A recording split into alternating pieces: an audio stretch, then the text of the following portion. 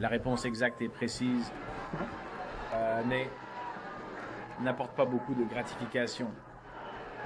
Bon, mais la réponse est un mouvement fonctionnel de haute intensité constamment varié. Des mouvements fonctionnels de haute intensité constamment variés.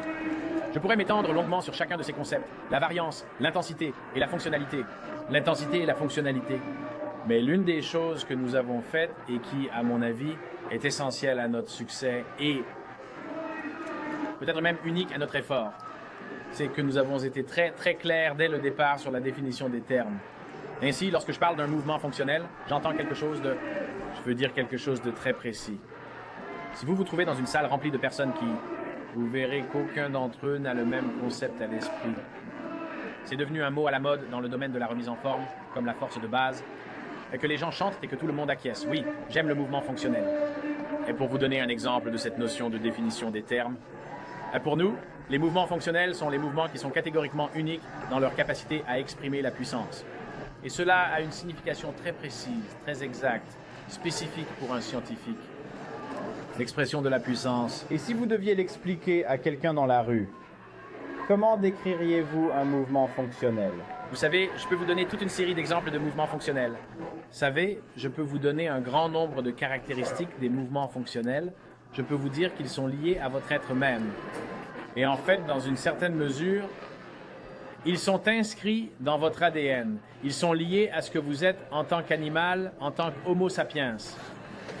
Je peux vous dire qu'ils ont certaines caractéristiques, comme le fait qu'ils, travailleurs du centre vers les extrémités en un merveilleux relais de contraction à partir de grandes parties du corps qui produisent une force élevée et se déplacent lentement. Produisant une grande force, des parties du corps se déplaçant lentement. Cédant la place à des parties du corps de plus en plus rapides et produisant moins de force. Je peux vous dire que ces choses sont... Je pourrais dire qu'il y a beaucoup de caractéristiques que je pourrais donner à Greg, mais en fin de compte, nous devons revenir à quelque chose qui peut être mesuré. Idéalement pour la définition, c'est-à-dire que ces choses sont uniques dans leur capacité à exprimer le pouvoir. Ce que je peux faire, c'est examiner. Je peux donc examiner des mouvements entiers et vous dire quel type de puissance ils développent, quel type de chevaux vapeur ils sont capables de développer pour vous.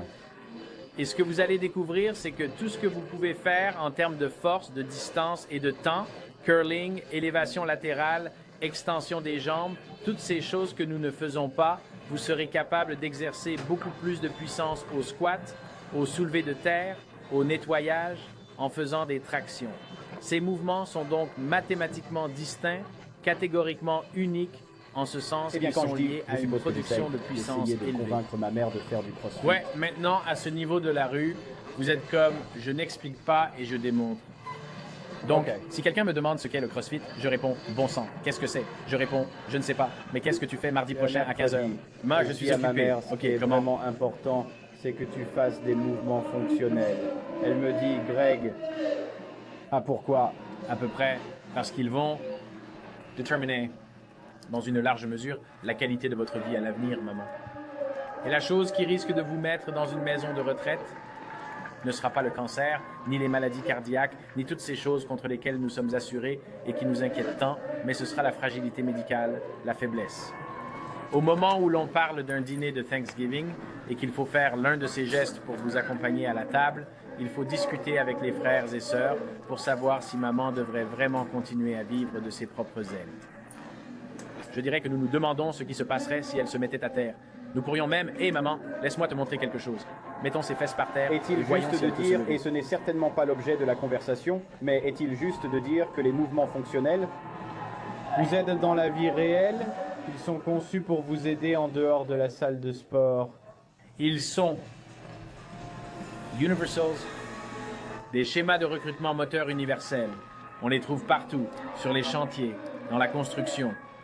Les femmes au foyer. Il y a un environnement où ils sont manifestement peu nombreux, c'est dans les salles de sport commerciales. Vous savez, un homme vient, pose son sac de sport et s'entraîne pendant 1h30 sans rien faire de fonctionnel. Rien qui est une analogie naturelle avec les mouvements de base. Je veux dire que rien de ce qui se passe sur un chantier ne peut ressembler à cela. Cela n'existe pas. Il n'y a rien que nous fassions, comme « qu'est-ce que c'est ?» Vous avez des gars qui font des putains de curls, vous savez, je veux dire, ce sont des mouvements de gymnastique et ils n'ont aucun analogues, approximativement ou exactement, dans la vie réelle. Ces mouvements fonctionnels, eux, en ont. Et les choses que maman doit être capable de faire, c'est par exemple ramasser quelque chose par terre, se lever de sa chaise, monter les escaliers, et la compétence pour ces choses se traduit immédiatement, instantanément, par le fait de ne pas tomber et de ne pas se casser la hanche. Ce qui est le début de la fin dans tous les cas. Les personnes de l'âge de mon père ne se rétablissant pas complètement. Récupération, bien sûr. Complète, ça n'arrivera pas.